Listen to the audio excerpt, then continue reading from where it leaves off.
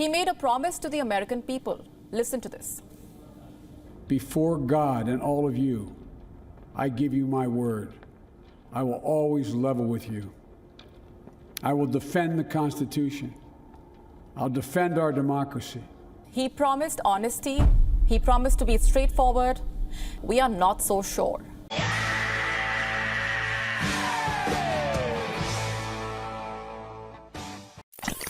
Stunning new evidence in what officials are calling the nation's deadliest case of human smuggling.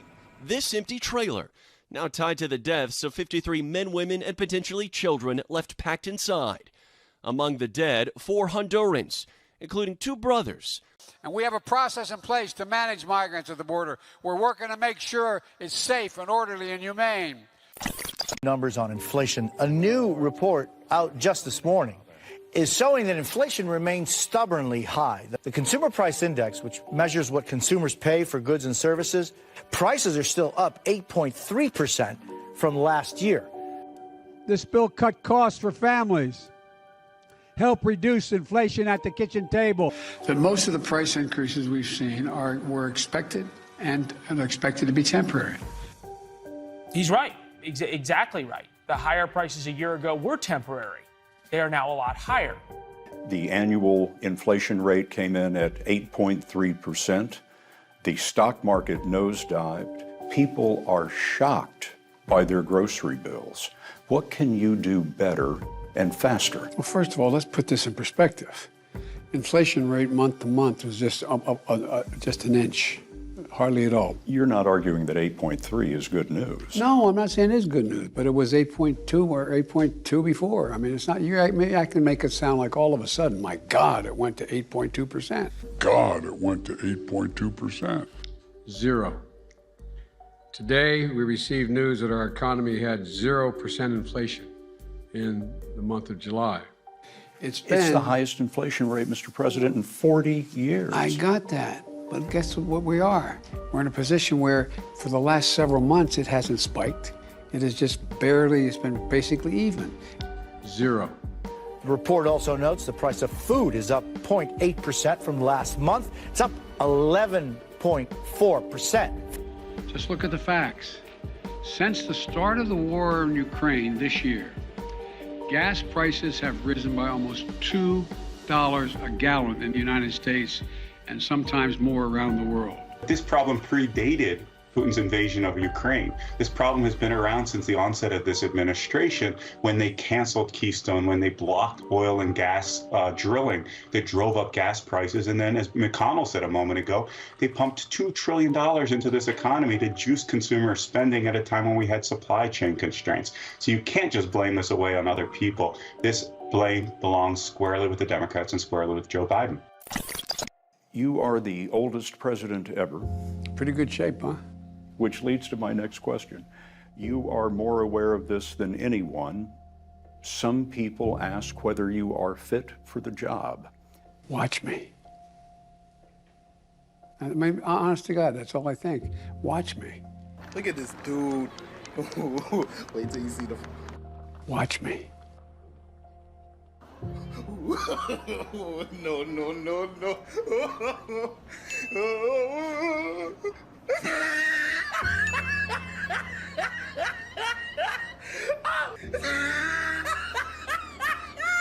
Look at the top of his head. Watch me.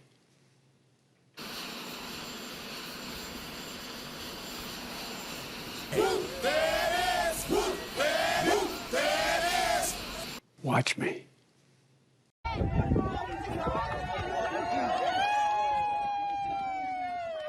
Watch me. Dooby-dooby-doo, where are you? We got some work to do now. Scooby-dooby-doo, where are you? We need some help from you now. Watch me. Come on, Scooby-Doo, I see you. Pretending you got a sliver. You're not fooling me, 'cause I can see the way you shake and shiver. You know we got a mystery to solve, so Scooby-Doo, be ready for your act. Don't hold back, and Scooby-Doo, if you come through, you're gonna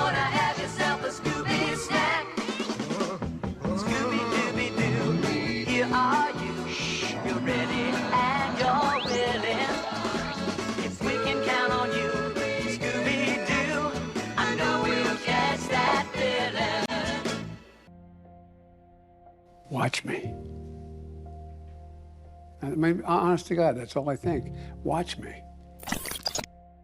For the first time, Mr. Biden spoke about the classified documents that the FBI found in former President Trump's home. Have you been briefed, sir, on the top secret documents that were found at Mar-a-Lago? No. Bullshit. No one has come to you to warn you that important national security secrets were revealed by the storage of those documents at the former president's home? I have not personally spoken to anyone. It leaked out that President Biden and the Biden White House did not have any involvement with this raid. That was a lie. We saw that Jonathan Sue, Deputy White House Counsel to President Biden, waived President Trump's assertion of executive privilege on behalf of President Biden. So it's just a series of lies and leaks. And you don't know what was in those documents? I have not asked for the specifics of those documents because I don't want to get myself in the middle of whether or not the Justice Department should move or not move on certain actions they can take. We're going to do everything in our power to get all Americans out and our allies out. The U.S. Senate Foreign Relations Committee has released a new report on Biden administration's withdrawal from Afghanistan. The report has found that as many as 9,000 Americans were left behind in Afghanistan during the disastrous withdrawal. Because we've got like 10 to 15,000 Americans in the country right now, right? And are you committed to making sure that the troops stay until every American who wants to be out is out? Yes. The report has found that as many as 9,000 Americans were left behind in Afghanistan during the disastrous withdrawal. Secretary of State Antony Blinken originally claimed that the number was closer to 100 to 150. The administration stuck to that story, despite many outlets reporting evidence to the contrary. But let me be clear. Any American who wants to come home, we will get you home. So how can I look those people in the eye and leave anybody behind? You weren't about to do that. If there's American citizens left, we're going to stay till we get them all out. Thanks for just pointing out the dishonesty of this administration. I was told by Americans on the ground, DOD inside the perimeter in Kabul, that manifests for our aircraft were shared with the Taliban commanders, meaning lists of both Americans and our SIVs that we were trying to evacuate, that we had placed on aircraft, put names to seats. They gave that to the Taliban. So they're just downright lying. Period. They're downright lying. And you cited many. There are many, many other instances during this debacle where President Joe Biden has either intentional dishonesty or he is absolutely out of touch with reality of what's going on the ground in Afghanistan. Sir, are you committed to running again, or are there certain conditions that have to be right? Look, if I were to say to you, I'm running again, all of a sudden a whole range of things come into play that I have requirements I have to change and move and do. In terms of election laws? In terms of election laws. You said you would absolutely serve 8 years if elected. Do you plan to run for re-election? Yes. And it's much too early to make that kind of decision. I'm a great respecter of fate. I'm a great respecter of fate. If I'm in good health, then in fact, I would run again. And if that means a rematch against Donald Trump? You're trying to tempt me now. Sure. My intention, as I said to begin with, is that I would run again, but it's just an intention. But is it a firm decision that I run again? That remains to be seen. Why would I not run against Donald Trump or even the nominee? That would increase the prospect of running. With the Federal Reserve rapidly raising interest rates, what can you do to prevent a recession? Continue to grow the economy. And we're growing the economy. It's growing in a way that it hasn't in years and years. The U.S. economy has shrunk for the second quarter in a row this year due to high inflation and rising interest rates. And we're growing the economy. It's growing in a way that it hasn't in years and years. The U.S. Commerce Department reported that the national gross domestic product, known as the GDP, fell for the second quarter, which means we have seen now 2 consecutive quarters of decline. This week, it was reported that the GDP fell at an annual rate of 0.9% in the second quarter, on the heels of another drop in the first quarter. If we all understand a recession to be 2 consecutive quarters of negative GDP growth in a row, and then you have White House officials come up here to say, no, that's not what a recession is. It's something else. How is that not redefining recession? Because that's not the definition.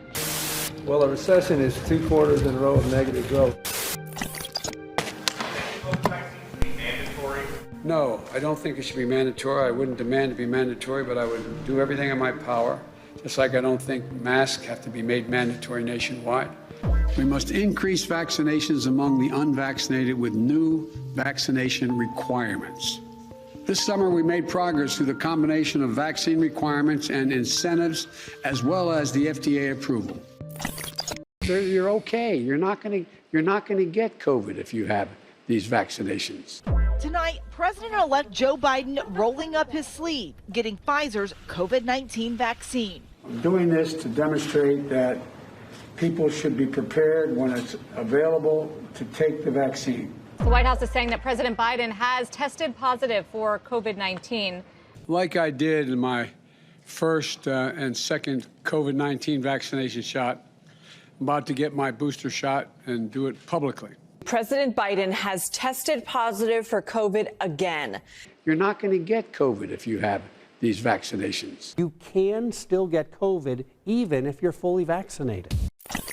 Unfortunately, this was something that in the 2020 campaign, I remember Biden going around blaming Trump for all of COVID, saying 80,000 cases is it's a failure and this and that. He said he would shut down the virus. I'm going to shut down the virus, not the country. I'm going to shut down the virus. I'm going to shut down the virus. That's what he said he would promise to do. Well, now we're in a situation where that's not even close to have been true. He said he'd shut down the virus, and then he said it's really a state's responsibility. Well, you can't have it both ways. President Biden telling the nation's governors that there is no federal solution to ending the ongoing pandemic. There is no federal solution. This gets solved at a state level. But still, Trump refuses to listen to the science. 20 Democrat hopeful Joe Biden is making false attacks against President Trump in an apparent effort to help his campaign. Accompanied by white supremacists, Ku Klux Klan. A young woman was killed protesting those folks. And there was a clash. What did he say when asked? He said there were good people, some good people on both sides. There are good people in both groups. What has become of us? There were, and I quote, very fine people on both sides. 2020 presidential candidate Joe Biden falsely claims President Trump has never condemned white supremacy. You see these white supremacists coming out from under the rocks. He has yet once to condemn white supremacy, the neo-Nazis. He hasn't condemned a darn thing. I've condemned neo-Nazis. I've condemned many different groups. Either the self-proclaimed gaffe king hasn't been watching the news the past 3 years, or he just committed yet another one of his now famous blunders. Contrary to Biden's beliefs, the president has condemned white supremacy multiple times. But you also had people that were very fine people on both sides. The neo-Nazis. He hasn't condemned a darn thing. And you had people, and I'm not talking about the neo-Nazis and the white nationalists, because they should be condemned totally. Biden's campaign team may need to hire a new fact checker. We condemn in the strongest possible terms this egregious display of hatred, bigotry, and violence. It has no place in America. What do I think about the control of our borders? What would I do about it? Ladies and gentlemen, no great country can say it is secure without being able to control its borders, period. What I would do about it, or what I proposed to do about it almost 13 years ago. I would radically ramp up the number of border security guards we have, the use of electronic surveillance material we have to guard the border, and the number of what they call virtual fences. They're not literally fences. virtual fences from aerostat balloons on to whereby we can control the border. Much, much better. This is for my white trash, the ones the whole world hates, the ones who voted for Trump that got labeled racist but ain't, the ones with ball caps. Make America great, who love their country to death and struggle on minimum wage. Hey, they're angry that illegal aliens taking work that maybe they could get. Single parents with some baby kids, hated for being a patriot. All my life I've been white trash, all my life it's been like that. The whole world been left leaning, I'm proud of the right who fight back. Been chewed up, been spit out, they scream but no one listens. They're sowing love and vote for Trump cause fuck a politician. They're our neighbors, they're our soldiers, our men and women and children. They're the middle class families who got forgot by the system. In God we trust and all the guns are just backup. Rocking camouflage, don't tread on me, get smoked like tobacco. Yeah, we white trash, we rednecks, crackers since we were young. We grew close, we move slow, these colors don't run, yeah.